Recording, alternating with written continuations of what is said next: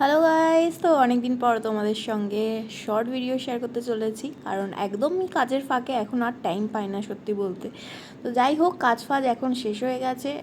তো এখন আমি যাচ্ছি ঘুরতে।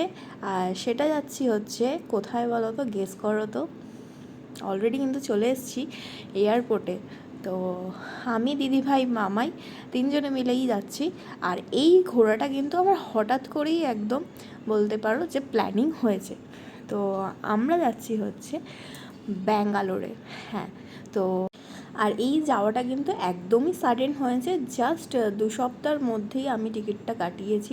দিদিভাই মামার যাওয়াটা ছিল অনেক আগে থেকেই প্ল্যানিং, বাট আমার ছিল না। আর ব্যাঙ্গালোরে কিন্তু এখন আমার বোন থাকে, তো সেখানেই আমরা যাচ্ছি। তো খুবই এক্সাইটেড লাগছে। তো ব্যাঙ্গালোরে অনেক কিছু গিয়ে মজা করব, অনেক কিছু প্ল্যানিং আছে, অনেক জায়গায় যাব, অনেক কিছু খাওয়ারও প্ল্যানিং রয়েছে। তো সেই সব নিয়েই কিন্তু আমরা যাচ্ছি। তো আর ওখানে বোনের সাথেও দেখা হবে অনেক দিন পরে। তো ওখানে কাকিও আছে, সবার সঙ্গেই অনেক দিন পরে দেখা হবে। আর এই যে ফ্লাইটে আমরা উঠে গেছি অলরেডি। আর সবচেয়ে আজকে একটু ভয় ভয় লাগছে, কেন জানো তো? আজকে আমি একা বসেছি, সেই জন্য একটু ভয় লাগছিল। কারণ যেহেতু লেটে আমি টিকিট বুক করেছি তার জন্য।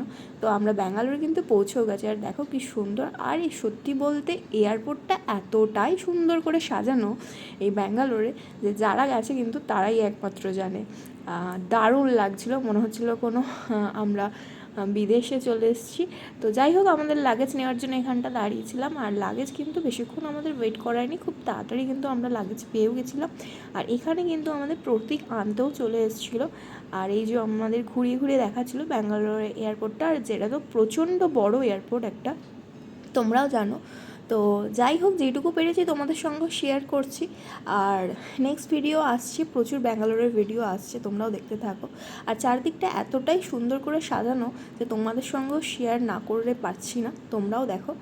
আর এরপরে অনেকটাই দূরে যেতে হবে, কারণ এয়ারপোর্ট থেকে বোনের বাড়ি মোটামুটি 1.5 ঘন্টার রাস্তা ছিল।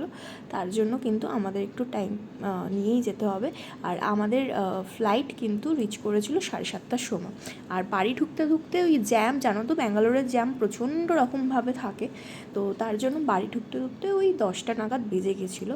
আর কারণ মাঝখানেও একটুখানি দাঁড়িয়ে আমরা খেয়েছিলাম, তার জন্য। তো নেক্সট ব্লগে আবার তোমাদের সঙ্গে দেখা হচ্ছে। ততক্ষণের জন্য টাটা, ভালো থেকো।